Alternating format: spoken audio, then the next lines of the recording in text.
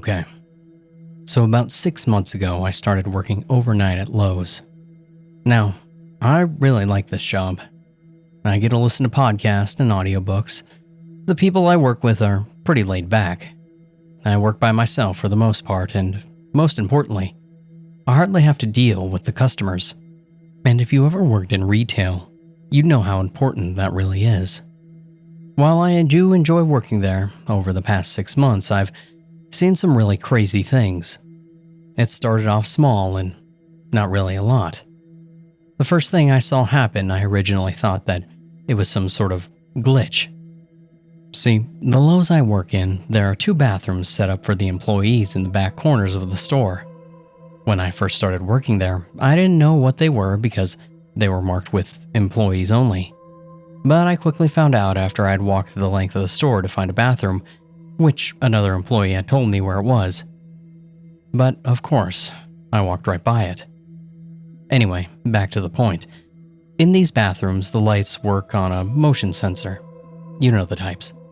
Well, as I was walking past, I could see the light come on from under the door. I thought it was a bit weird because there were only 2 people in the store and I knew where they were. I went up and knocked on the door. There were no answers, so I hoped that it was completely empty. Like I said, it wasn't really much, so I really didn't think about it. The next thing that happened was small as well. If you've ever been to Lowe's, you might have noticed some of the more expensive items have a little green thing attached to them. We call them turtles, and there are alarms. If someone tries to steal something with a turtle on them, once they go through the doors, they start letting out a high-pitched noise, which is very hard to ignore. I was stalking some caulking, listening to the Adam Carolla podcast, when I started hearing an alarm go off. It confused me, so I went to look for it. It took a little bit, but I finally found where it was coming from. It was a drill that was sitting on the ground and not right up front either. It was buried about 4 drills deep and under another display. As I was pulling out the drills out to get to the one that had the turtle going off, another one next to me started going off.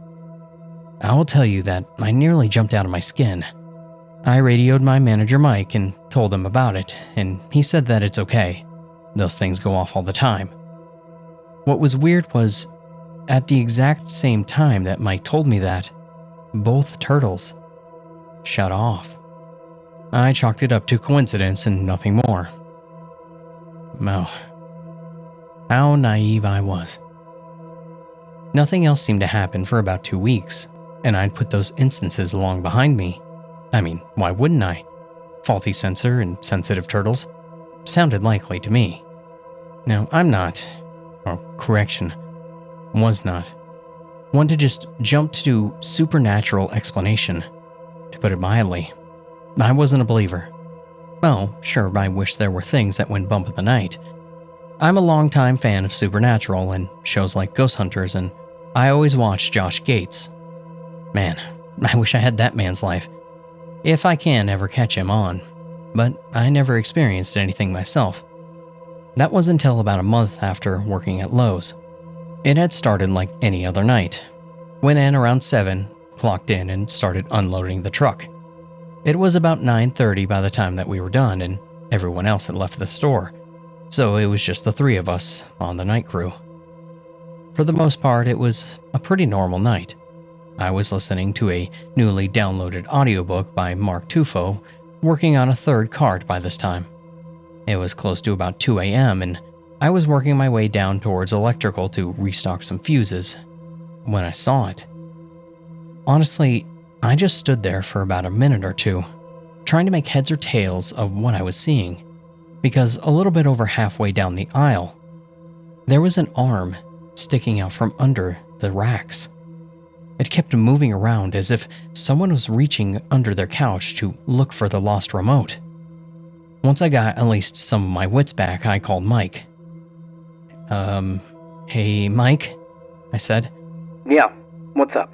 Mike called back. Mike, I got an arm, I tried to say. Oh, that thing? Mike said, surprisingly unsurprised. Yeah, don't worry about it. Just don't get too close. It tends to get a bit grabby. It's fast and reaches farther than it looks. Just stay away from the aisle for now. I was actually flabbergasted at how lightly Mike was talking about it. I said, not really knowing what else to say. What aisle is it in, by the way? Mike asked. Aisle 13. Okay, just steer clear of it for now. I'll explain more later on. What I've come to understand is that no one really knows anything about the arm. It shows up, tries to grab things, and pull them under the shelving. And that's about it. I've seen it about 7 times now. Never in the same aisle either, as it never shows up at the same time. The only thing that seems to be constant is that it always has gone back under the shelving just before 4 a.m. One time, when I saw it, I chucked a can of spray paint at it. The moment that the can hit the aisle floor, the arm shot out and snatched it and sucked it back under the shelving. And when I say shot out, I mean shot out. It must have reached 3 times in length of a normal arm and back under the shelving in less than a second. After I saw that, I followed Mike's suggestion and just avoided the aisles that it was in until it was back under the shelf by itself. Anyway, that's all the time that I have for right now. I have a lot more stories, like the thing that lives in the garden center and the naked little man that I keep seeing. That one is a bit weirder than the others. Wow, I never expected the kind of responses that I did. Thanks to everyone that wants to hear more of my stories. I do have a bunch. First, let me address a few questions about the arm from my first post. The arm looks like a man's arm. No sleeves or tattoos of any sort, though I can see that it has darkish hair on the forearm. I did notice one thing that seemed odd. It was missing its fingernail on the pinky finger. Now, come on guys, it's almost 2020. I've already tried to take a picture of the arm. I mean, how could I not? It's a random arm reaching out from under a shelf unit. Well, I've got some bad news for anyone wanting to see said arm. It doesn't photograph well. As in, not at all. Whenever I try to use my camera on my phone, nothing ever shows up. I tried to film it once, snatching something like I did with the spray can, and son of a bitch just ignored it. That was until I stopped filming and then it grabbed it. That really had me worried when it did that, because that means that whatever the arm is attached to can think. I told Mike about not being able to film the arm and he wasn't surprised. He told me it doesn't show up on our security cameras either. He said he tried to let Day Shift know about it once, and of course, they don't believe him, because there was nothing on the cameras. I kept pushing Mike on the arm, and he finally did tell me that, yes, it did grab someone once. When I tried to get him to spill the beans on what happened, he just told me to make sure that it doesn't grab me. After that, he wouldn't say any more about it, and he told me to stop asking. I could tell that talking about it was really upsetting him, so I'm just going to leave it alone for a while. Okay, I hope that helped answer some of your questions. I'll try to answer where I can. With me working 10-hour shifts, I tend to do only 2 things: work and sleep.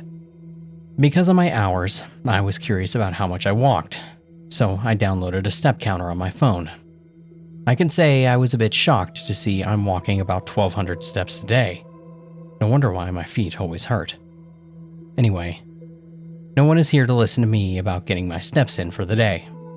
You guys want me to tell you more stories, and I already hinted on my last post that I had some. So I start with the thing that lives in the garden center. Alright, as anyone that has ever seen a Lowe's knows that they all have a garden center, where they keep their mulch, stones, and pretty much anything that you might need to plant or garden-wise. Right now, it's filled with Christmas trees, big and small, as well as other Christmas-related plants. During the day, it's a pretty nice place and feels very Christmassy, I guess you could say. Anyway, at night with the lights off, it can feel a bit spooky. No one in receiving likes to stalk the garden center, so we take turns. Now, the question arises, why don't we like to stalk the garden center? You can look back at the aforementioned thing that lives in the garden center. Someone from my last post suggested that it might be a garden gnome. And in all honesty, it might be. None of us have ever seen it, and from what Mike has told me, no one ever has. So how do we know it's there? Easy. We hear it and feel it.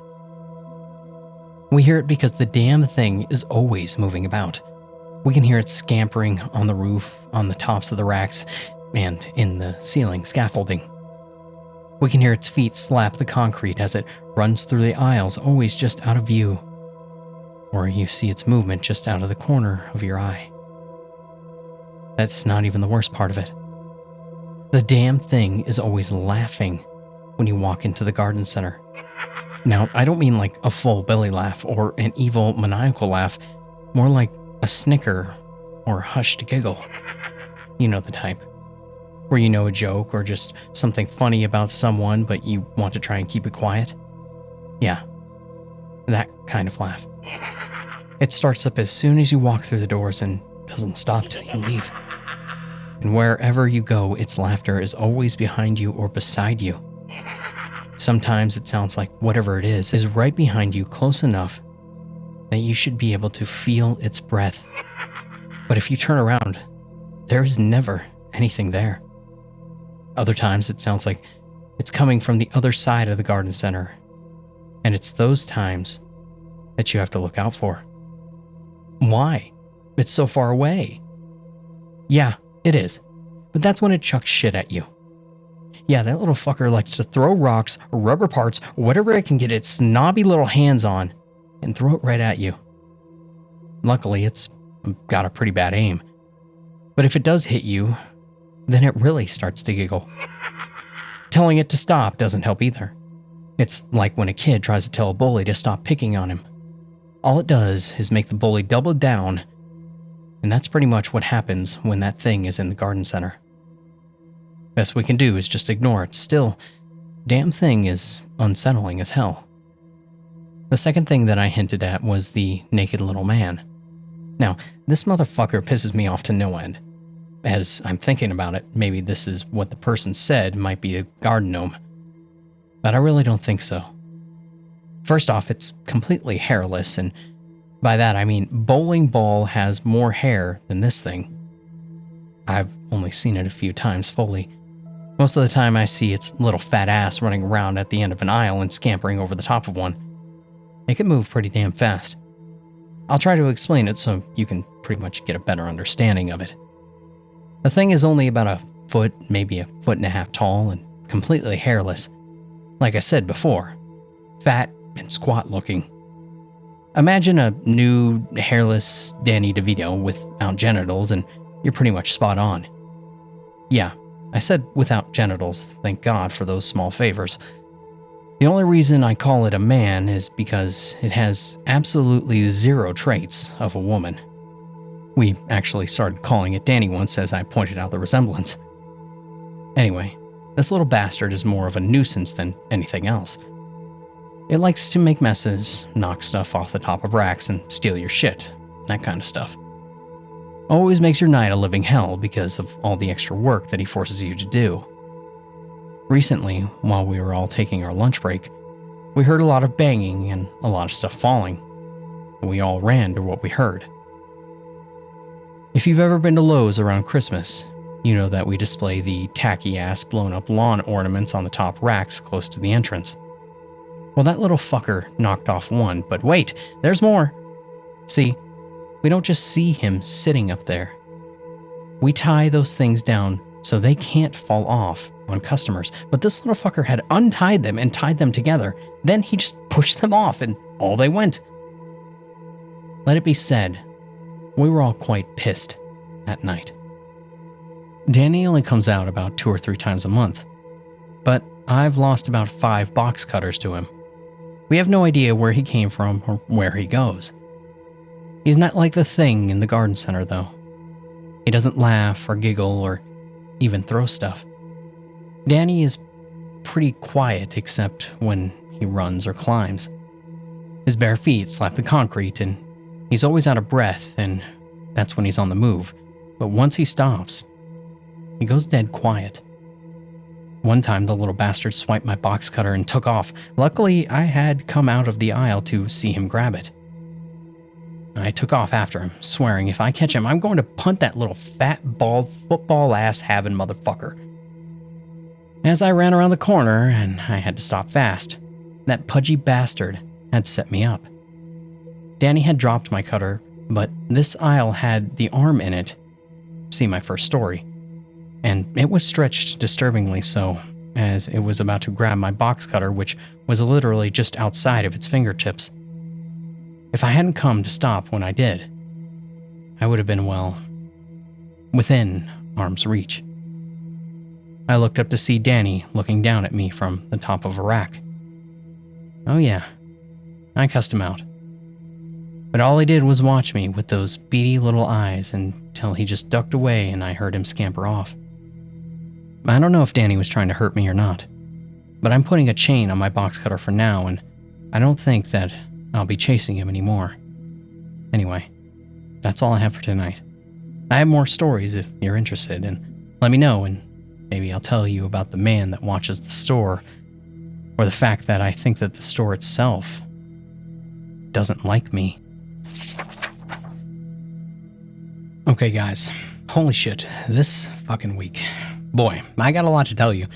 But before I get into it, everyone seems to want to know about the man that watches the store, or as someone else called him, the Watcher, which is what we started calling him just because it was very fitting.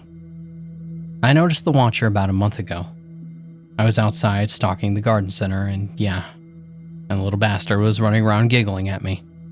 I tell you, I can't wait till summer when I can try to stalk the garden center before sunset so I won't have to deal with it.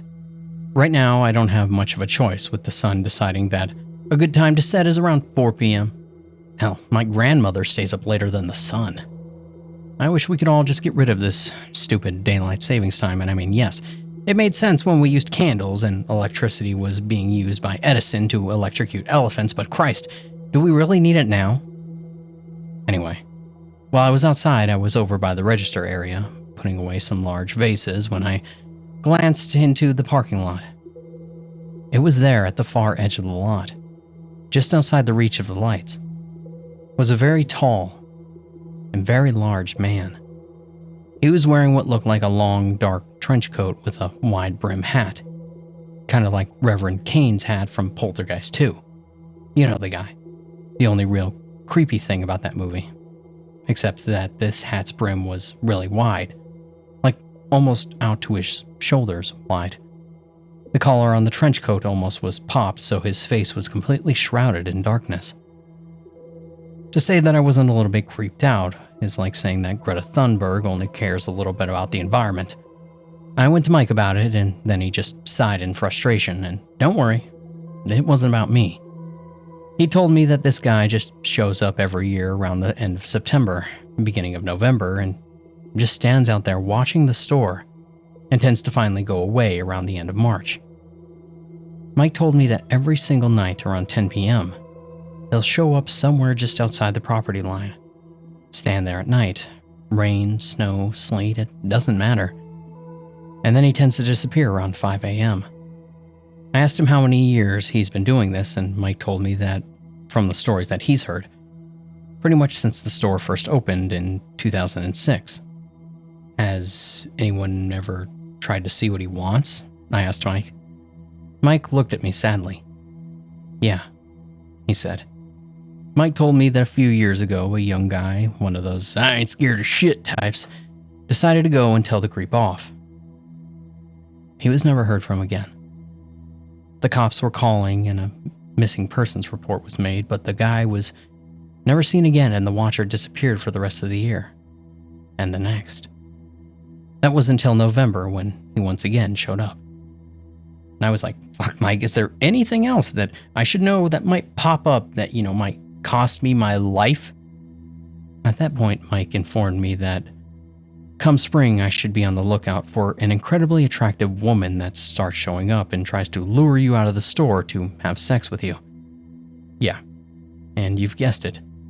She doesn't want to have sex with you, and I'm not supposed to believe anything she says or does, and that it's best to simply ignore her. I told Mike that if a hot girl was trying to have sex with me, then I would already not trust her, because that shit simply does not happen, and I mean never, ever. I haven't had a woman look at me for like over 10 years, and I'm counting my wife in that. Alright, let me tell you about how my week went. The first really fucked up thing that happened was last Wednesday. Shit got real scary and real serious that night. Let me set it up here. I was working a unique shift on Wednesday due to Lowe's being closed for Thanksgiving.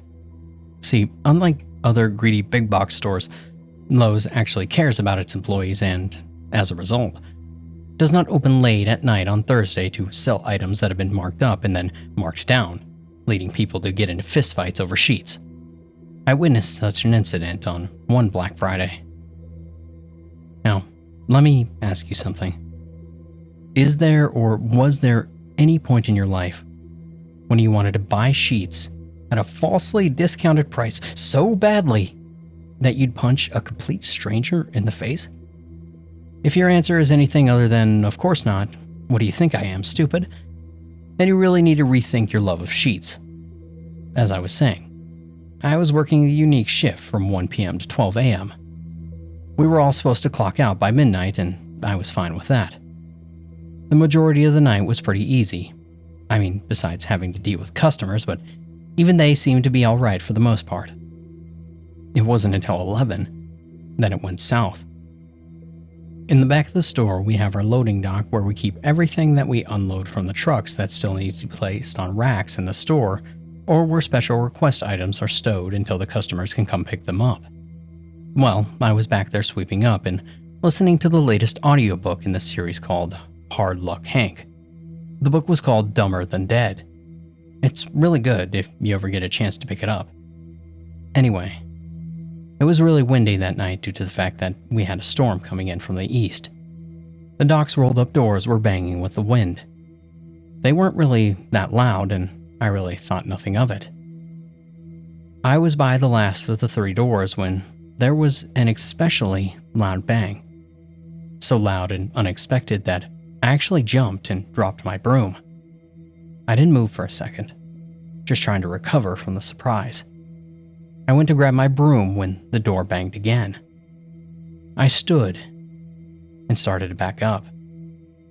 There was another bang, and it came from the middle of the 3 doors. It was at this point that Mike came in, running back to the back. "What was that?" he said. I just pointed at the doors, a little too shocked to say anything. Then came another bang, then another louder and harder.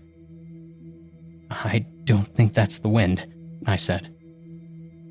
We could actually see dents starting to form from the numerous hits.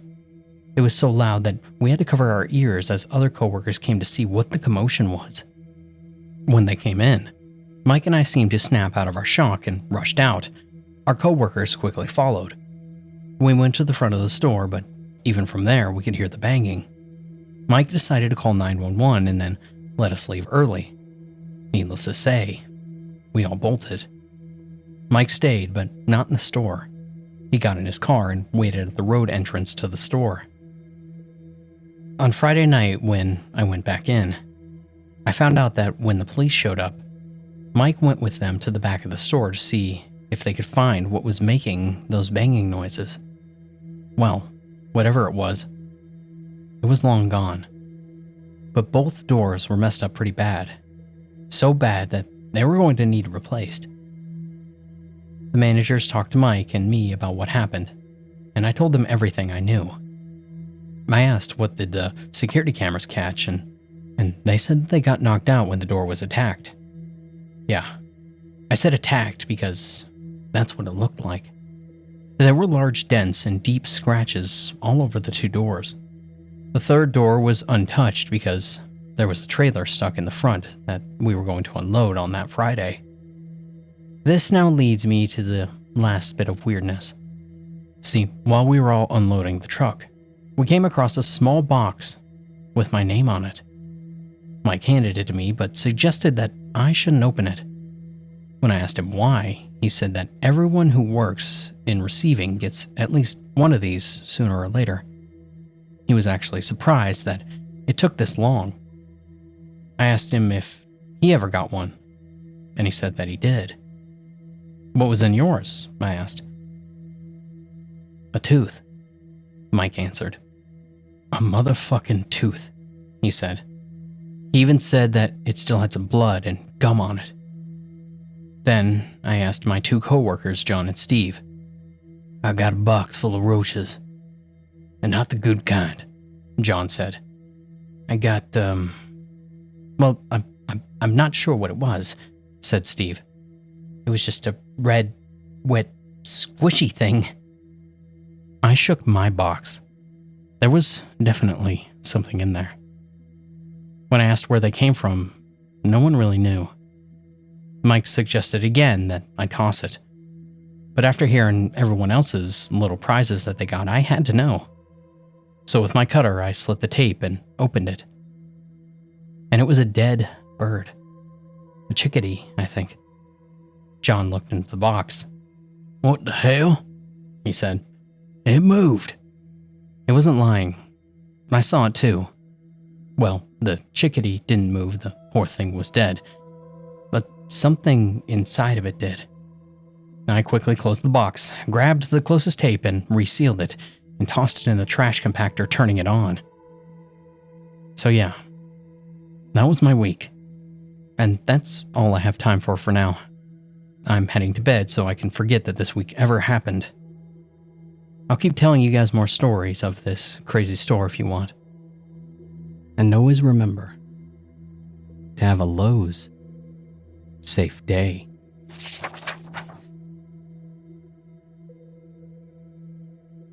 I don't know how much longer I'm going to last at Lowe's anymore. Someone had said in the comments that it sounds like the things might be escalating. And I think that they might be right. I think that things are starting to get out of hand. It started on Wednesday. It was my turn to stock the garden center, and I was out there stocking the mulch because, there's no better time to work on your garden than in December in the Northeast prime weather. No lie, we got some crazy things in right now. Just the other day, we got 2 pallets of weed whackers. I mean, why? It wasn't even Black Friday, but this isn't the point. I was out in the garden center, like I said, stocking mulch and trying to ignore the thing in the garden center laughing at me when it abruptly stops. I looked up into the rafters as I hear it scamper off and onto the roof. Confused by the sudden change, I walked out into the open section of the center trying to see where it scampered off to, when I heard this really heavy breathing. I looked over towards the sounds to see the watcher standing on the other side of the fence. I stopped dead. I've never seen the watcher this close, and apparently the only one who has was never seen again. He's never approached the store before, but there he was, staring at me. I could tell that he was staring at me because while his face was still hidden in the shadows of his high collar and hat, I could see the light gleaming off of his cold, hateful eyes. Now, I don't scare easily. Spooked and unnerved, yes, but scared? No. I'll tell you what I thought, though. While I was frozen where I stood, looking at this tall tower of evil, and evil it was, this thing, that if I hadn't already dropped a loaf earlier, then my pants would have been a bakery. Never before ever have I felt such a presence. I could feel my heart pounding so fast that I thought it would explode out of my chest. But at the same time, I felt as though my lungs refused to work, as if my breath wouldn't leave me as to not be in the same space as the watcher. Somehow, I was able to get my foot to move as I took a slow step backwards. And then he moved. Not much, mind you, he was grabbing the fence, but it was fast. So fast that I didn't even see him do it. One moment his hand was next to him, then bam! He had his fingers wrapped around the chain. The movement and noise made me nearly jump out of my shoes. I almost bolted right then and there, but his hand caught my attention and held it there for a second more. At first I thought he was wearing gloves, but then I noticed the long gray fingernails. His skin matched his nails, except it was darker gray. I could see that he was squeezing the fence. Now, let me just say that if anyone that has ever drove by a Lowe's understands that there is a tall fence that encloses the garden center, and that it is made out of pretty damn sturdy chain link. I mean, yes, you could cut it with a fence cutter, but that's what they're made for anyway. Well, the watcher had his fingers through the chain link holes, and he was squeezing, and he was bending the metal. I could actually hear the metal protesting against his strength. Well, as Biff Tannen said, I made like a tree and got out of there. I bolted for the entrance, closed the doors behind me and locked them. Called Mike and had him meet me in the back office. I told him what happened, and he said that he's never ever heard of the watcher ever doing anything like that. Fuck, Mike said. He's never even set foot on the property, not that I know of. We left the door locked and closed till it was closer to 6 when Mike had to open the doors. He told me he went to go check where I saw the watcher. And he said that he was gone, but he could see where he had twisted the fence up. The next thing that happened to me was on a Friday night.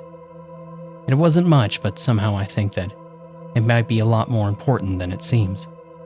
I was going to take my lunch break and I had stepped into the elevator. Now I know that it's a pretty quick walk up the stairs to take to the break room and offices, but my feet usually start to hurt around my break time, and of course, I'm just a bit lazy. I do take the stairs down through all the time though. I feel as though it's a waste of time to take the elevator downstairs because I at least have gravity on my side at that point. Plus, it's a lot faster to just run down a floor. Anyway, I got to the elevator and I was going to press the second floor button when I had to stop and stare. Where were the normal 2 buttons? Because now there were 3. This new button wasn't marked, but I could tell that it was very old and worn. Yeah, I've seen and read way too many horror movies and stories in my life, and there was no way in hell that I was pressing that button. I pressed up and went on my break and tried to forget about the new button. Thing is, it always showed up now at least once at night. No one has ever mentioned it before, so I don't know if I'm the only one seeing it or if anyone else does. Or maybe they're just used to it. I asked Mike about it and he said he had no idea what I was talking about. And neither did John or Steve, so for now that's a note button to fuck that floor. This next thing, if I ever see it again, I'm done. It happened while I was stalking electrical. Now, let me tell you, when it comes to stalking Lowe's, there are 4 areas that are a complete and total bitch to stalk. Tool world, hardware, lighting, and electrical. Each one of these areas have a shit ton, and I mean a shit ton, of little items that are half the time not even in their correct place.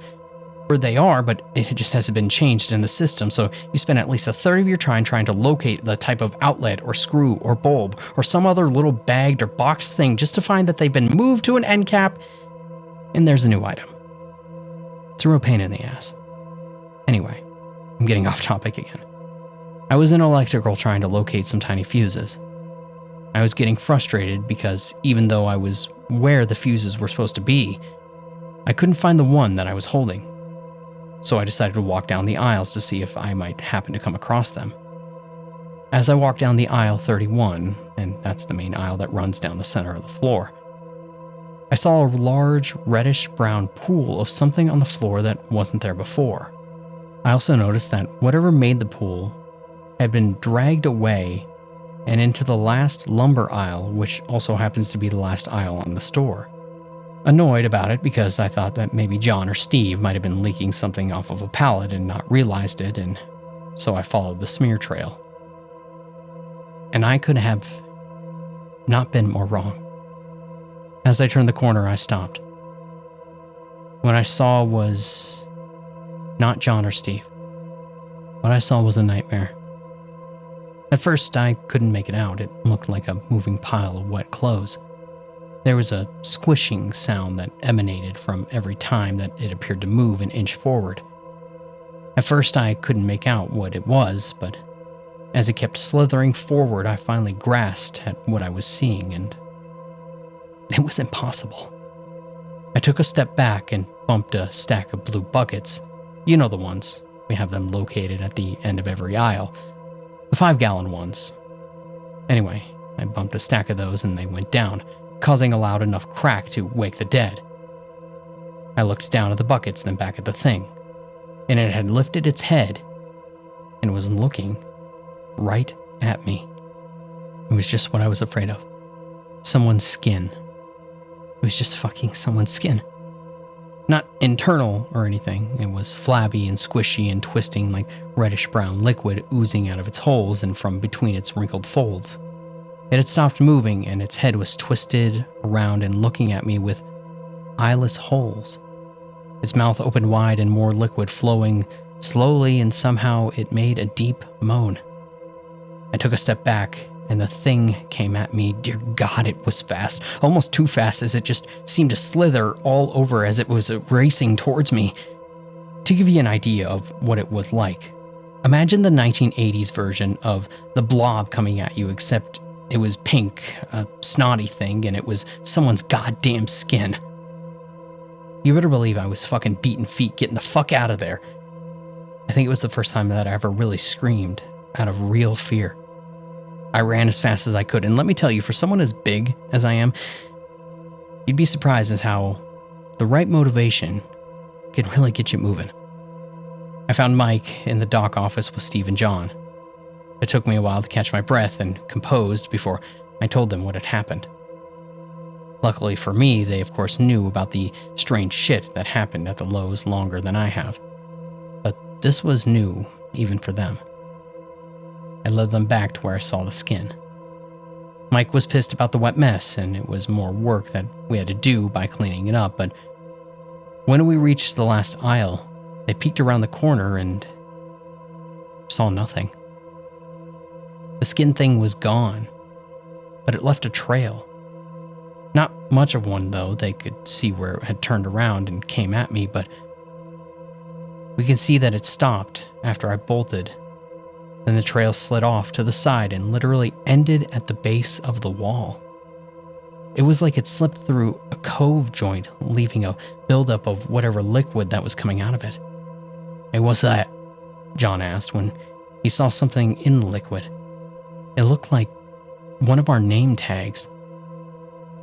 Mike took out a pen and flipped it over to see a name. Trevor. Mike stood up fast when he saw that name. "No," he whispered. "Can't be." "Can't be what?" I asked. "Trevor," Mike explained, "was the name of the man that the arm had grabbed." Well, fuck me, right? Like I said, I don't know how much longer I'm going to stick around here. When you almost shit yourself twice in 1 week, it really makes you think about your life choices. I'm going to stick around for now, though. But I already told Mike that if I ever see that self-moving skin again, I'm just going to walk out the doors and not look back. Person has to have limits, and I think that might be mine. Anyway, that's it for now. I'll keep you updated if anything new happens. Or if I quit, and remember, have a Lowe's safe day. Sorry. Yeah, I know it's been a while, and thanks for bearing with me.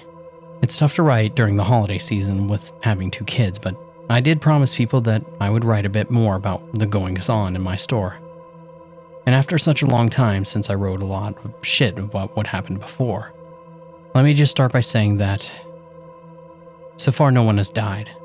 So there's that, at least. The crazy activity, though, has increased and the new things have been popping up. One of the creepiest newbies is the girl in the trash compactor. The first time that I saw her, my heart almost stopped. It was the end of the day, or should I say night, considering it was 5 in the morning. I was throwing trash away through the chute, then I heard this soft sound. I couldn't make it out at first, it was just too soft, then I heard it just a bit louder. It was a voice, a young girl's voice, and it was coming from the other side of the chute. Hello? I said with, let's just say, a bit of apprehension. There was a rustling, and I can see some garbage moving around as a delicate gray hand reached up and grabbed the other edge of the chute. Then another gray hand appeared, in between them and the top, and then a head started to rise. It had thin, dirty blonde hair, and it looked wet with some kind of nasty stuff all over it. And as the head rose higher, 2 dead, angry, pale eyes peeked up over the edge of the chute. I quickly closed and locked the chute, and I try not to empty the trash anymore. Another new thing is the bird. Now, if you've ever been to Lowe's, then there might have been a chance that you've seen a bird or two flying around. I really don't blame them, honestly. It's warm, there are more places to hide, and they're free from predators, for the most part. And of course, there's plenty of bird food. What we have, though, isn't really a bird per se. I mean, we call it a bird, but it's not really a bird. It can fly and has wings and a beak and feathers. But it also has other things as well.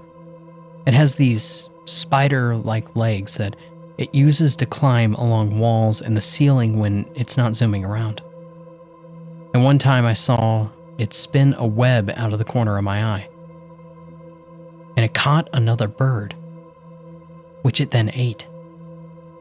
And I wish to God I didn't see that. It caught the bird, jabbed it with its 2 front legs, and then the head split open, showing multiple wriggling things which it just inserted into a flapping little bird.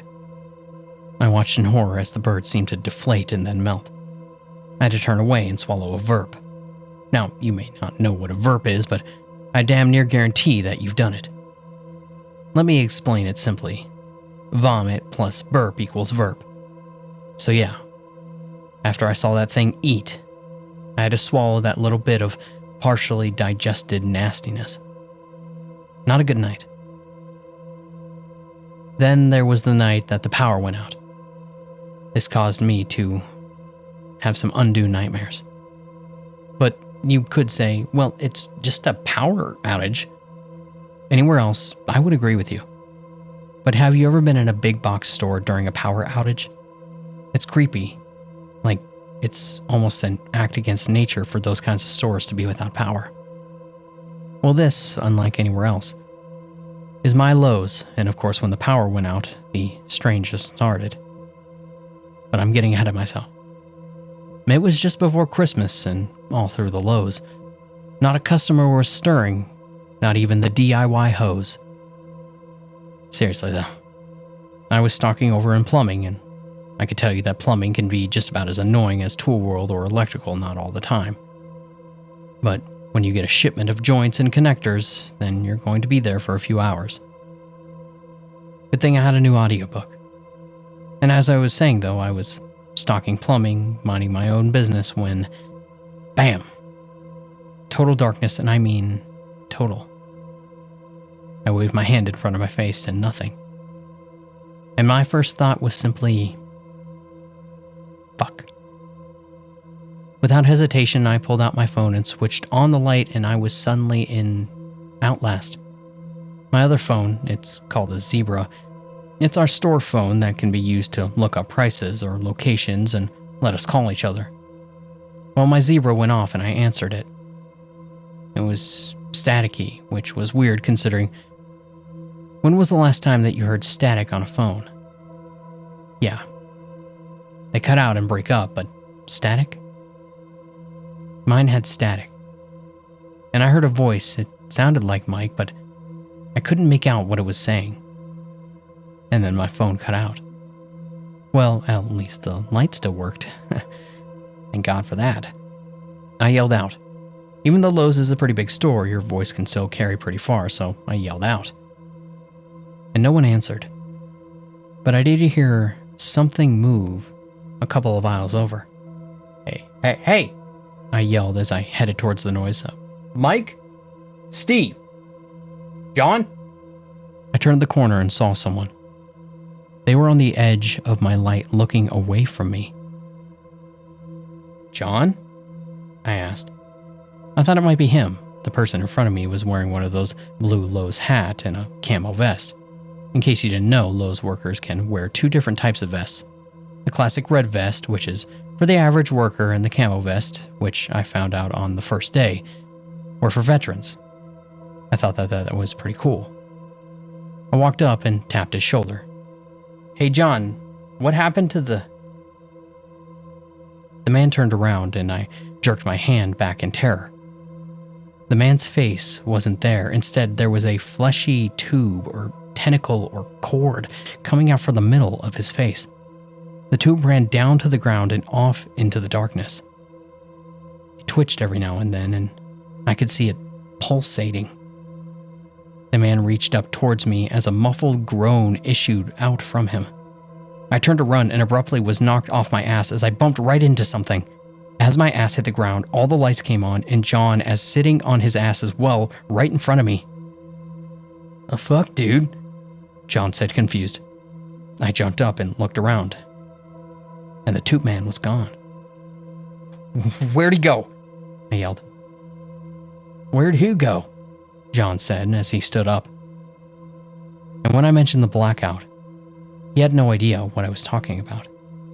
He told me that the lights hadn't even blinked, let alone went out, and that I just seemed to come out of nowhere, running right into him.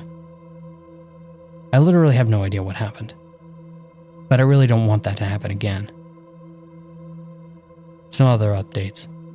The thing in the garden center has been quiet lately, which has been nice, but I believe it's because the watcher is now always standing right outside the fence.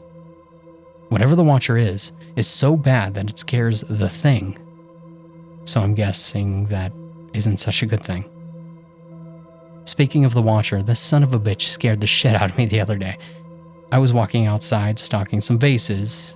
Now that Christmas is over, we're starting to get a lot of spring items like wind chimes and planters and vases and... Anyway, I was stocking the vasage, which is located right against the fence. I was a bit nervous knowing how the watcher has been getting closer. But when I checked, I saw him standing in the edge of the parking lot. And you know how big a Lowe's parking lot can be. So I knew that even if he started walking, I would have at least a few minutes before he would even be close. So I went to grab a box. I opened it and pulled out this blue-black ceramic vase. I looked at it for a few moments, admiring the color. It was really pretty. I turned around to put it on the shelf, and the watcher was right against the fence. I haven't screamed that high pitch since my balls dropped, and I went from baritone to soprano in about 0.6 seconds. The vase was a loss, along with my dignity. Danny had been really active as well, causing no end of mischief. Steve had been actively trying to hunt and kill him. Why? Let me tell you a little story. About 4 days ago, Steve set down his phone and walked away. Now, if you've listened to my previous parts, then you know that that was a bad idea. As you can guess, Danny swiped it. Steve even saw Danny take it. He told me that when he turned back down towards the aisle, Danny was holding the phone, actually flipping Steve off and climbing up and over the rack. Steve was cussing up a storm, and I'm sorry, but I was laughing. I told him it was his own damn fault for leaving his phone lying around. Steve did find his phone later on, but it was cracked and actually smoking. Believe it or not, though, that's not even the worst part. Turns out that Steve was cheating on his girlfriend with I kid you not. His ex-wife and Danny had forwarded all of the texts to Steve's girlfriend. It was not pretty. Steve had no idea how Danny cracked his phone. I guess that he didn't, he probably knew the password. Steve's phone wasn't one with a touch or a face lock. It was just a simple code, and I figured that Danny had been watching all of us since he likes to hang out on the top racks. He probably saw all of us punch in our codes at one point or another. And that's something to really think about. So, now Steve is actually trying to hunt and kill Danny for ruining his life. As much as Danny annoys me, I don't believe that that's his fault.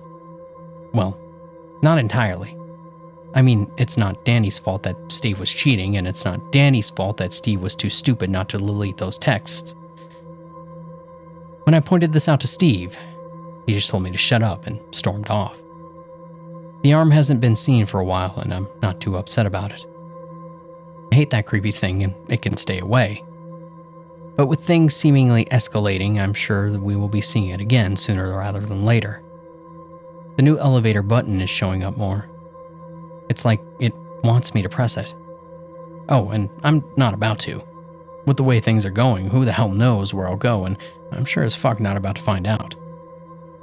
I think that's about enough for now. With the holidays over, I hope to write more, but something tells me that things are going to come to a head soon. Mike told me that he's only seen those kinds of activities that we're having now once before when he first started. When I asked him what had happened last, he took off his hat and shook his head. If, and I mean if, it comes to a head like last time, Mike said, one or more of us might not make it out. But that's the extreme end. I'm sure it won't come to that. Damn it, Mike, could you be more ominous? I swear, if it weren't for the pay that I make, I think I should have quit or transferred a long time ago, but recently I found out that my wife works with a woman whose husband works with another Lowe's in the area, and found out that I get paid a lot. And I mean a lot more than he does. This tells me that maybe someone in management, or maybe even higher up, might know what's going on here. If that's true, why is it such a secret? And why does the day shift seem to not believe us when we tell them? I don't know. Maybe I'm overthinking it. But something just really seems off. Anyway, I'm about to head to bed. Have a Lowe's safe day. Well, our manager dropped in this week, and I must say things got a bit ominous. But before I go into that, let me tell you guys more about the weird shit that went down this week. It started with the bathroom. I was in there doing, well, my business, surfing the net, when I heard something. At first I thought it was me just imagining things, but then I heard it again. It was a soft giggle, and I, of course, finished up and pulled up my pants. I walked around the small bathroom trying to locate the giggle, and after a brief moment, I was able to locate the sound and where it was coming from, which happened to be the drain. I got down and put my ear to the drain, and I could hear the giggle better now. It sounded like a kid's giggle, specifically a little girl's giggle. I looked down the drain, but all I could see was blackness. I pulled out my phone, turned on the light, and shined it down the drain. And I saw something, but I couldn't quite make out what it was until it moved. An eye opened up and looked at me. Hi, It whispered. No thank you out of the bathroom, and I don't care how friendly the drain eyeball seemed to be. I was not using that bathroom again. Just hope that it can't travel through the drains, because that's all I fucking need. Now, remember back on my first post when I mentioned the devices that we call turtles that we use for theft protection and had a couple of them go off for no reason? Well, about 4 days ago, around 3 a.m. in the morning, every single one of them started chiming at exactly the same moment. And as they chimed the music over the intercom, top 40 shit. They stopped playing and was replaced by a deep, croaking voice, speaking a language that none of us could even come close to understanding or even guess what it was. I mean, it literally sounded inhuman. The turtles chimed and the voice spoke, for a lack of a better term, for about a minute. And as quickly as they started, they all just stopped. Not much else happened for the rest of the night, but it definitely threw us for a groove. The next thing actually made me smile a bit when I saw it. I was working in plumbing, and you guys know how I feel about plumbing. Only thing worse is nails, nuts, and bolts. Well, I was putting away some PVC pipe elbow joints when a box fell behind me. Nearly made me jump out of my shoes. I looked at it confused and then looked upwards. What I saw was something that I didn't think that I would ever see. Now, you know the bird that I talked about last time? Well, it was going crazy, squawking, flapping, and just making all kinds of noise due to the fact that Danny was trying to attack it. They were all over the place. They were like two WWE wrestlers back in the early 2000s when that shit was actually good. The bird would swoop in and try to bite or web Danny, while Danny would punch the ever-living shit out of it while the bird got close. "Hey, Danny!" I yelled. Danny stopped and looked down at me. I could see annoyance in his rotund little face. "Get that fucker," I said as I gave him a thumbs up. Danny promptly flipped me off and bolted after the rapidly escaping bird. Well, he might not like me, but I still hate that stupid little bird more than Danny. At least Danny never sucked dry another bird. I think that I've come to like that little asshole, in fact. Yeah, he's a shitload of trouble and causes no end of mischief, but there was still something about that bald little bastard that I couldn't help but like. I don't know. I guess he grows on you, much like fungus. He reminds me of a pug. You know what a pug is, right? Those little inbred abominations that are probably one of the most ugliest, most useless dogs on the face of the earth. But it's those reasons that people love them. It's where the term "so ugly it's cute" comes from. Now that I think about it, animals are the only ones that term equates to. You'll never hear that term used for a person or hell, even a baby. And yes, there are ugly babies out there. We all know it and we've all seen them.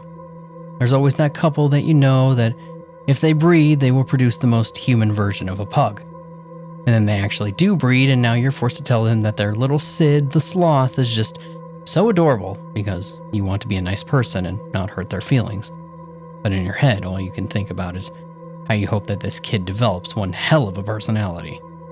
Could you actually imagine someone looking at an ugly baby and saying, "Aw, he's so ugly, he's cute"? I'll tell you one thing. I want to be there when that bomb drops so I can see the aftermath. Okay, enough rambling. So the arm is back. Or I should say arms, and I mean those fuckers came back with a vengeance. It's also gotten worse in the aisles because just this week alone, at least 18 of them have been spotted, and multiples at one time. John almost got grabbed by one. Well, he actually did get grabbed by one, but luckily it just grabbed his shoe, which slipped off when the arm retracted back under the shelf. Almost gave John a heart attack, and I don't blame him none. Mike said that he's never seen anything like this. There's only ever been one, and only ever one has showed up a few times a month. I can tell that Mike is getting nervous. And that man never gets nervous. He's been here longer than any of us, and he's pretty much seen it all, but over the last few weeks, I've heard him say that he's never seen anything like this, what's been happening more than I really care to count, and that makes me really nervous. Alright. Let me tell you about the district manager dropping by. It was the other day, and I was over indoors, trying to put, doors away, and I was trying to locate the correct place for them to go, which was proving incredibly difficult because sometime during the day shift, they decided that it would be a great idea to switch around all the doors but not the price stickers. So I couldn't find fuck all, and it was really starting to piss me off when I get a call over the intercom. It was Steve. "Hey guys," he said. "can everyone come over to Garden Center? Steve never gave an all-call over the intercom like that, so I have to say that I was a bit curious. I walked out to aisle 31, or the middle aisle, I should say, and headed to the garden center. I bumped into John as he came out from lighting. "Hey, what's going on?" he asked me. "What do you get when you cross an elephant with a rhino?" I asked him. He looked at me slightly confused. "What?" he asked. "Elfino," I told him. Let's just see what he wants. As we approached the sliding doors, we could see Steve standing out in the open section of the garden center. "Hey," said John. "It's snowing." That it was. Heavily, too. We could see it accumulating as we watched. And Mike walked up next to us. "Is that lightning, or what the hell is he looking at?" Mike commented. That's when I noticed a few things. Steve was looking straight up at the snowy night sky at what looked like green lightning that lit up all over the garden center. How did I not notice that before? We slid the doors open and walked out. As we approached Steve, all of our eyes looked up and we all came to a stop. "Dear God," whispered John in a horrified awe. Above us there was a blizzard roaring unlike any of us had ever seen before. The clouds lit up with a dark green lightning, but that really wasn't anything compared to what else there was. Silhouetted within the clouds of the storm, showing only when the lightning flashed, there was something large. No, not large. That's not the right word for it. It was something enormous, so big that it filled every inch of the cloud and lightning-covered sky. It looked like a long, slow-moving cord or tentacles covering from horizon to horizon. Oh, and when I said roaring, I meant it. The sky was literally roaring. "John," I said, "call your wife. See if she can see this." John pulled out his phone and called his wife. I knew she was a night owl and we had a good chance that she might still be up. I myself took out my phone and pointed it up towards the sky to see if I could get video of this madness and see if what we were witnessing, of course. And all I could see on my camera was falling snow. John hangs up his phone. "Well?" asked Steve. "She can't see nothing," John said as he tucked his phone back into his pocket. "Well, that can't be good," someone else said. We all jumped a foot as a new voice appeared behind us. We spun around to see Todd, our manager, looking up with his hands behind his back. "Todd," Mike said, "when did you get here?" Todd looked away from the sky and Mike. "Just now." "Can I speak to you, Mike?" Yeah, of course," Mike said. Todd turned towards us. "All right, everyone," he said. "I know it's weird, but I need everyone to get back to your jobs for now." "But," I said, pointing up, "the sky monster." Yes, Todd said, waving me away. "I'm well aware. Just please go back to what you're doing. I'll talk to you all in a moment." Well, I looked up once and then started in. "Wait," Todd said. "Stay away from Tool World. There was something squishy over there." Well, I can give you a guess as to what or who that was, so we all headed in and I went back to try to finish doors. It wasn't very long, though, before Todd showed up. "Can I speak to you?" You know, I just realized that all my posts, I never told you guys my name. And it's probably for the best, honestly, so I'll just use Trent for now. "Can I speak to you, Trent?" Todd asked. I pulled my gloves off. Sure," I said. "You haven't seen it, have you?" "You gotta narrow that down a bit for me, boss man." "The button." "Oh," I said. "Yeah, I've seen it." "And you haven't pressed it?" "Why would I?" Todd shrugged. "Curiosity?" "I'm not that curious." Todd sighs and rubs the bridge of his nose. "Listen, the store has chosen you." "Chosen me?" "Yes. You need to press the button." "Why?" "Because if you don't, things are going to keep escalating until what? Until they don't stop. And then it'll be too late. Too late for what? Todd just looked at me with a sad face. That's up to you. Press the button, Trent. And do the right thing. That's when Todd turned and walked away. Well, what the actual fuck, Todd? Do the right thing? Last time I checked, this wasn't a Spike Lee joint. What am I supposed to do with that? The store has chosen me. For what? Why? Why me? Okay. This job has gotten a lot worse and a whole lot more intense. I have absolutely no idea what I should do. If anyone has any suggestions, I'm more than open and willing to listen. So I guess until I can figure some stuff out, everyone try to have a Lowe's safe day. Okay, first, just let me say that I'm writing this from the hospital. I'm okay for the most part, though I can't say the same for everyone. But before I get to the end, I guess I should start from the beginning. The day it really went sideways, starting out like any other day, really. I showed up at 9, put my lunch away, and grabbed a Mountain Dew. Sugar-free Mountain Dew, that is. God, I'm grateful for that. I need to cut back on my sugar intake, but I hate, and I mean hate, Diet Mountain Dew. Should taste like total ass. But this new sugar-free Mountain Dew tastes only just a bit off. Kind of like Mount Lightning from Walmart. Anyway, I grabbed my Dew and headed back to the docks to see what was going on. The night was running normally. I was told to take care of the electrical today, and I only had 3 pallets. Not really that bad, to be honest. It looked like most of it was just fans and lamps.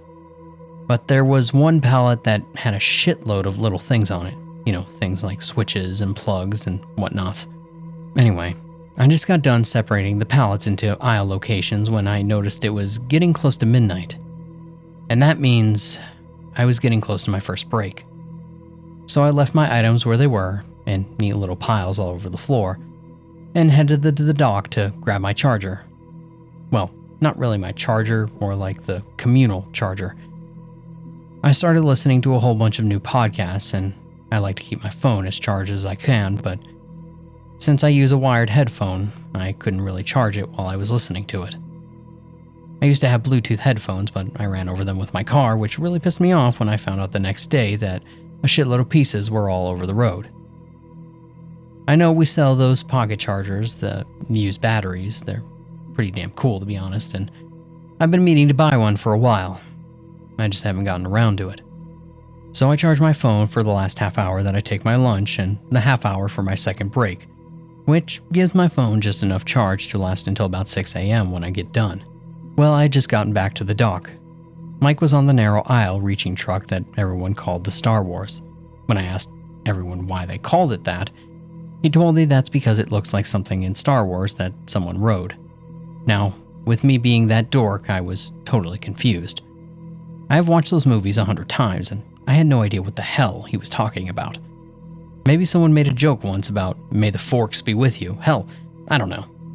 Anyway, I said hey to him and went to the office and grabbed the charger that I used when all hell broke loose. The entire building felt like it bucked like a wild pony trying to kick off a rider. Power went out and the emergency lights blared to life. Things went flying off the top racks, shit fell over everywhere, and I was knocked to the ground. And I heard a loud crash. And then Mike screamed. I got up and checked myself quickly, and I was fortuitously fine. But then I ran out of the office and yelled out, "Mike!" "Over here," Mike replied. I went over to find that the Star Wars had tipped over.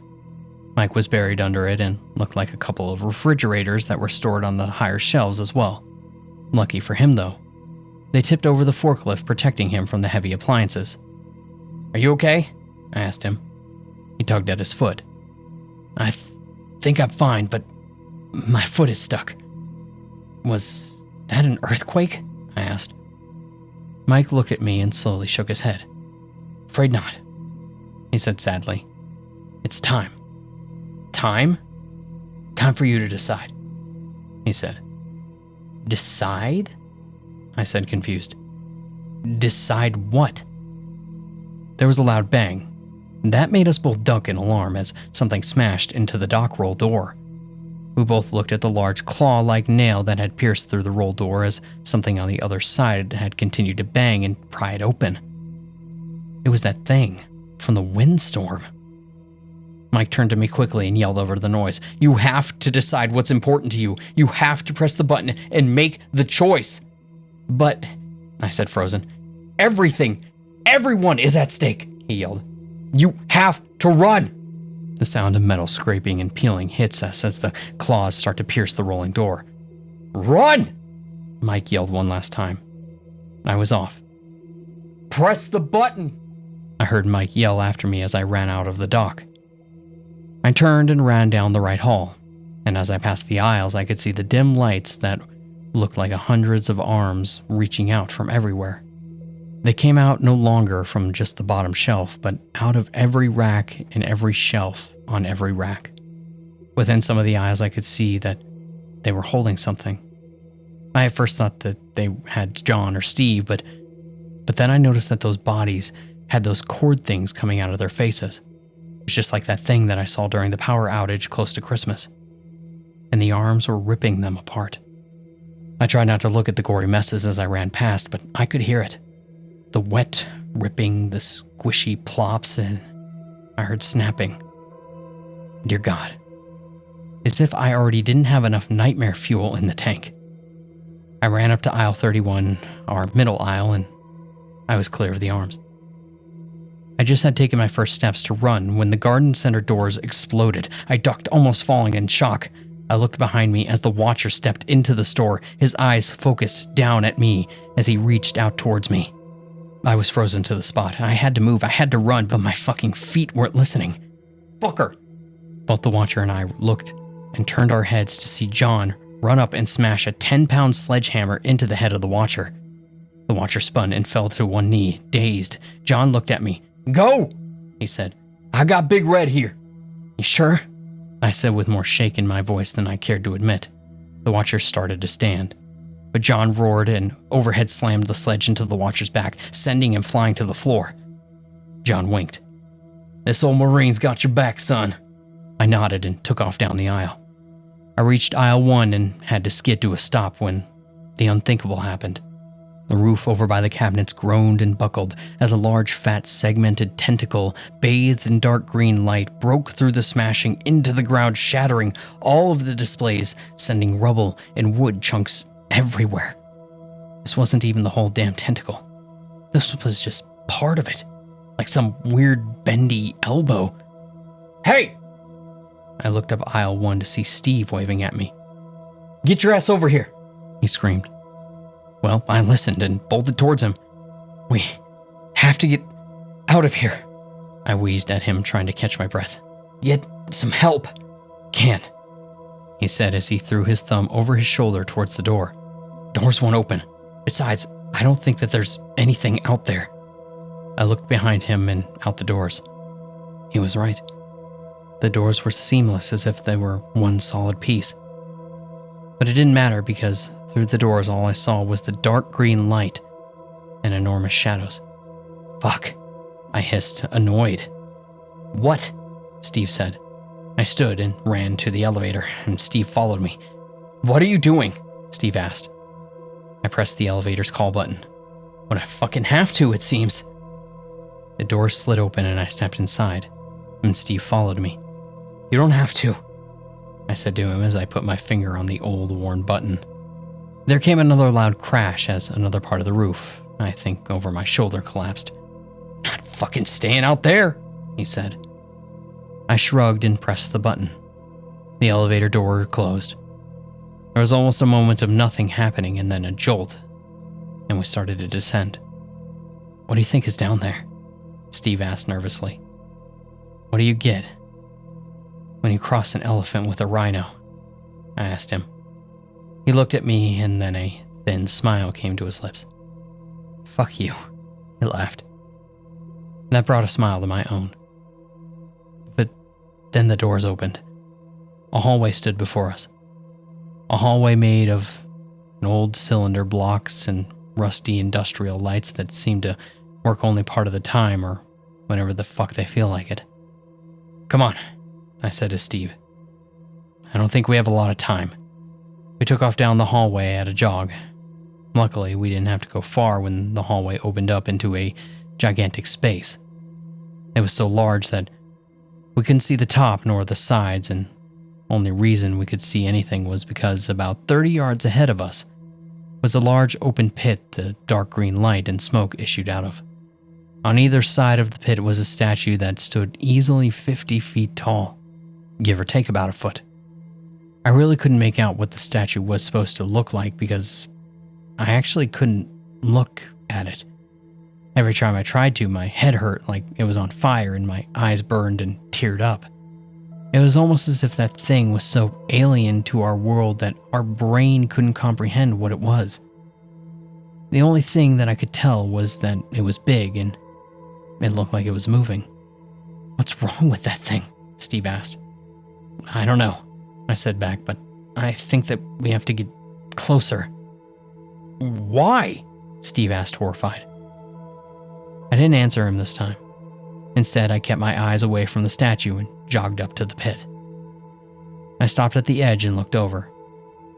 And it was like looking into... well, I honestly can't explain it.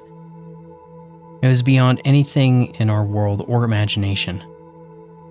What I saw down that godforsaken hole was so twisted, so vile and foreign that it made me spin away and vomit. I can only pray that my mind will one day erase that trauma, because if it doesn't, then my nightmares just become night terrors. Steve looked at me, both horrified and curious. He went to go look, but I grabbed his arm and shook my head. Don't, I told him as I stood up and wiped my face. Just don't. What are we supposed to do now? Steve asked as we looked around the room, avoiding the statue in the pit. A voice suddenly boomed from all around us. The chosen one must choose. Jesus Christ, Steve yelled in surprise. Choose what? I yelled back into the darkness. I have no idea what I'm supposed to choose. Look at me, boomed the voice. Oh God, no.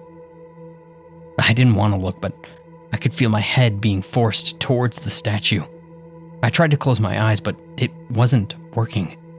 I fought it with everything that I could muster, but I knew that I was in a losing battle of wills with a thing older and maybe more powerful than God. My eyes were forced open to the grotesque statue, and fire erupted in my head. It was as though someone took a hot soldering iron and slowly pushed it into my eye. I screamed as knowledge that no human was ever supposed to know was forced into my weak, mushy human brain. It was only for a second, but it seemed like forever. Until the accursed thing let me go. I collapsed to the ground, curled up into a fetal position. I'm not sure if I did or not, but I think I might have cried out for my mother. Steve came over to me and shook me gently. Trent, he said, you okay? I slowly looked at him, and he looked red. Jesus, you're bleeding from everywhere, he said. Turned out that being forced to feed on otherworldly damned information causes all of the orifices in your head to spontaneously bleed. Who knew, right? I know, I whispered. I know what I have to do. I know why the store chose me. I did too. I finally understood why the store had picked me and what was going on. It was so strangely clear. I slowly started to stand up and Steve helped me.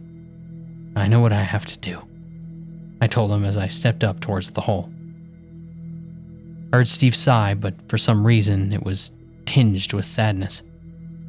I was hoping that you wouldn't figure it out, he said. I turned to him confused. What do you... I stopped talking because my attention was solely on the gun Steve was pointing at me. Steve, what are you doing? Steve shrugged. Sorry, he said. I I really did like you. And then he shot me. Okay, I'm sorry to leave you with such a cliffhanger, but my pain meds are starting to kick in and I can barely keep my head up. I promise to finish writing what happens next, but I have to stop for now. Just, if you're married, kiss your significant other, and if you have kids, hug them. Hold them tight. Tell them how much you love them. And as always, try to have a Lowe's safe day. Okay, so I'm doing much better. My wounds only hurt a little bit today. I'm out of the hospital and relaxing at home now, and I'm spending most of my days playing video games and watching Netflix. Real excited about Lock and Key. I loved the comics, so I've been binge watching it. I also powered through It's Okay to Pick Up Girls in Dungeons. Love that anime, by the way. I want to address something before I tell the last of my story. It seems that a lot of people don't believe me about what happened. And to be honest, I don't blame you either if you're one of them. I fully understand just how insane it all sounds, and if I was on the other end, I know for a fact I sure as hell wouldn't believe it either. I wish to God that none of this happened. I hope every day that I will wake up and it will all be one big crazy fever dream. But I really don't think that that'll be happening anytime soon. Well, as you can tell where I left off, Steve had shot me. And obviously he didn't kill me. This isn't Sunset Boulevard. Quick note for all you youngins and millennials out there, if you don't know, Sunset Boulevard is a 1950s noir film and probably one of the top 10 greatest movies ever made. If you haven't seen it, stop listening right now and go watch it. You'll not be disappointed. Anyway, he got me by the shoulder and it spun me around. Like a record baby, and I dropped. The pain was intense, and it wasn't like the movies or TV where, you can just walk it off. Oh no. It burned like a white-hot motherfucker in poker being pushed right through me. My whole arm went numb and useless. I honestly wish I could have passed out from the pain instead of having to feel it. I looked up at Steve with a, let's call it a little bit more than a confused look, and Steve shrugged. Why? I had to ask. Because I can't let you do what you're planning on doing, he answered. But I have to, I said. If I don't, everything will be destroyed. Yes, I know, he finished. We're counting on it. Okay, time for a little catch-up. When I was forced into looking at the statue, it showed me everything. A little more than I needed to know, if I'm honest.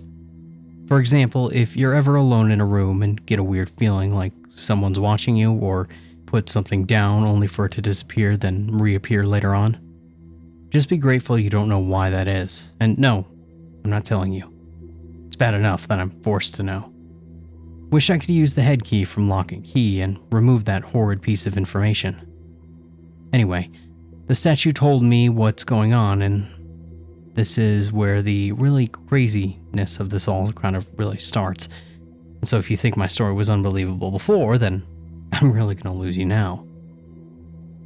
Okay, so here we go. And I'm letting most of you know that I'm losing most of what has been given to me, and I will try to hold on to it, so I'm pretty much paraphrasing here. Now, a couple of millennia ago, an ancient, evil, vehement force was captured by powerful, yes, I know how this sounds, shamans, and trapped in a locket realm to spend the rest of eternity. They placed great seals around the earth at strategic locations that use the earth's own energy. I think that some call them ley lines or something as a generator to forever power the seals and keep the unnamed monstrosity trapped.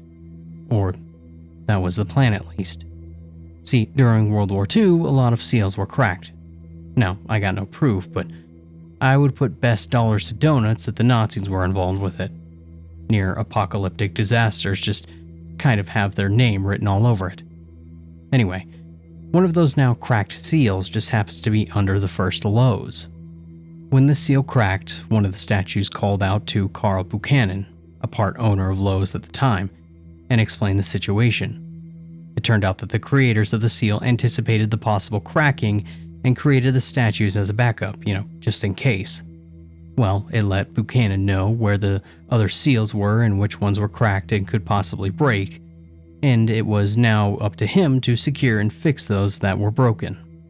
Kind of a lot of pressure to put on one man's shoulders, to be sure. With the statue's help and guidance, Buchanan grew Lowe's through the 50s, placing all the new Lowe's over other broken seals. After his heart attack in '61, his 5-man executive team, all of them hand-picked and knowing of the situation of the broken seals, continued Buchanan's work. The plan was working for the most part, but the problem was Lowe's wasn't getting everywhere that it needed to go. So after much debate, the 5-man team decided to approach other growing companies and their CEOs to see if they would be able to help, and after showing them what was at stake, they actually got Sam Walton of Walmart and Ray Kroc of Walmart on board with the plan. As capitalists, they had a strong interest in seeing that the world wouldn't be destroyed. Bad for business and all of that. Since 1941, there had been 14 cracked seals that have been broken and been resealed. The one under my store is number 15. That was why all of the strange shit was happening. With the seal cracked under the store, otherworldly madness was slipping through, and now with the seal completely broken, all hell was pouring out, and it was up to me to reseal it. But I had a limited amount of time to do that. So how do I reseal it, you ask? Well, that's the choice part that everyone keeps talking about. To reseal a broken seal, it takes one of the most powerful forces on Earth, a human soul that is given up freely. See, that's why I was chosen. I was the only one that had something to lose. I could walk away and save myself, but in so doing, I'd be dooming all of mankind, including my wife and 2 young children. This was the choice, but for me, it wasn't a choice at all. That was until, Steve shot my ass. "We've been waiting for a long time for this," Steve said, "and I can't let you seal the gate when we're so close." I looked at him confused. "We?" A slight smile spread across Steve's face. "Home Depot, of course." "Home... what?"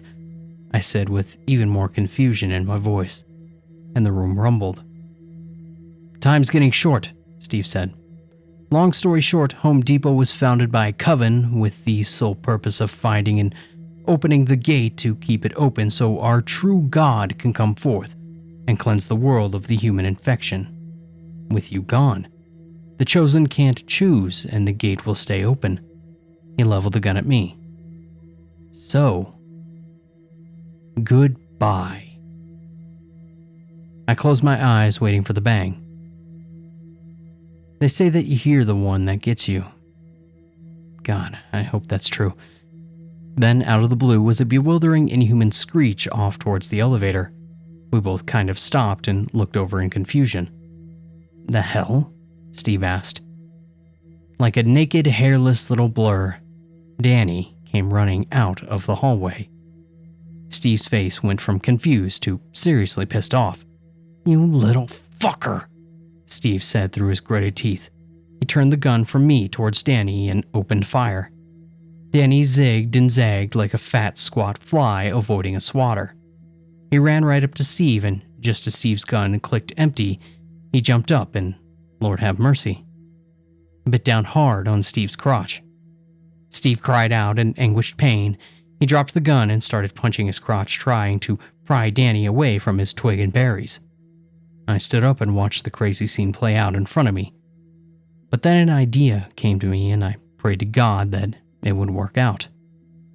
Despite the pain from the hole in my shoulder, I took off towards the screaming Steve and ran straight into him, knocking him off balance. He stumbled back, spinning his arms, trying to maintain his balance, but I could tell that he was on the losing end of the battle. Danny let go of Steve's snozzberries as Steve totters on the side of the abyss. "I give this soul freely," I whispered as I ran up and pushed Steve one last time as he toppled and screams and falls over the edge and into the dark green hell. The whole cavern shook and rumbled as rocks from an unseen ceiling high above started to fall. I looked down at Danny. "Elevator," I said as we both started running. Too bad I didn't make it there. I think a rock hit me over the head or something because there was a sharp pain from my head and I completely blacked out. And when I woke up, I was lying in a hospital bed with my wife sitting in a chair, watching the news. "Hun?" I asked weakly. My wife startled and jumped to my side. I asked her what was happening and how I got there. She explained to me that while I was stalking, somehow a toilet fell from its stored location and hit me over the head, which caused me to deadfall on a pickaxe. I'm not sure where she got that story from, but I think that it would be best if she be kept believing that story. The rest of the day went by normally. I saw my kids and the rest of my family as they all swung by to say hi. The doctors came by to check on me and see how I was doing. My wife brought me a foot-long meatball from Subway sandwich, my favorite overall, and it was pretty nice. When visiting time was over, I went ahead and sent my wife home with the kids so I could get a decent night's sleep. But that's when I got 2 visitors. I just sat back and started to get comfortable when there was a knock at my door, and 2 people came in. The first one was Todd, and the second one I knew I recognized, but I couldn't quite put my finger on it. "Todd?" I asked with surprise. "Hey," Todd said. "Can we come in?" Sure," I said. Todd came in and motioned towards the man behind him. "This is Mr. Marvin Ellison, the CEO of Lowe's." I snapped my fingers. "I knew I recognized you from somewhere," I said. He came over and shook my hand. "Nice to meet you. We promise to make this quick." "Is this about what happened?" I asked. "Yes," Todd said, "and everything that it entails." "You are a hero. There is no doubt about that," Ellison said. "But," I led. "But," continued Ellison, "what we have here is something unprecedented." "How?" I asked. "Well," Todd said, "you're still here. Up until now, the seal has always been sealed by a self-sacrifice. You sealed it with just a sacrifice." "To be honest," I said, "I didn't know whether that was going to work or not." "Well," said Ellison, "so far it seems to have. And that is why I am here. I wanted to thank you in person and..." He reached into his suit and pulled out an envelope and handed it to me. "We would love to have you back working for us. But we also fully understand if you want to seek other life choices. As long as things keep under wraps, that is." "Mr. Ellison," I said, "who in the hell would believe me about anything that happened? Shit, I lived through it and I don't even really believe it." Mr. Ellison smiled and nodded.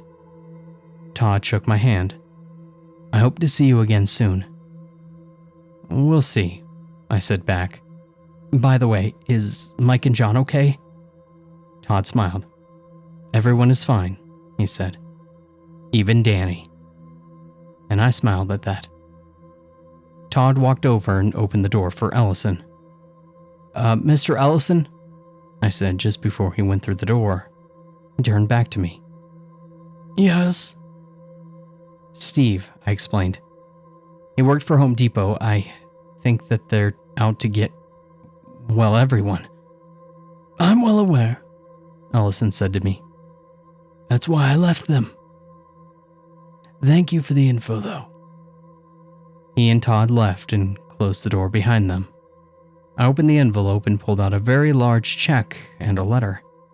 The letter thanked me and told me to enjoy my life with the check. And I think that my family and I'll do just that. So, that's my crazy-ass story. Sorry it took so long to write, and life has been keeping me busy. I know how hard it is to believe, and I don't blame you if you don't. But thank you everyone that has followed this insane ride and worried about me and others and, well, what the hell. always remember to have a Lowe's safe day.